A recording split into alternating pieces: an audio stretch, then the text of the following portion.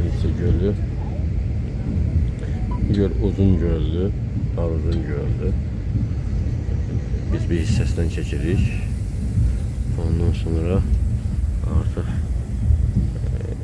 yine meşələrin içine keçirik. Yine dağlıq ərazi, yine tuneller. Böyle güzel bir təbiəti var. Yani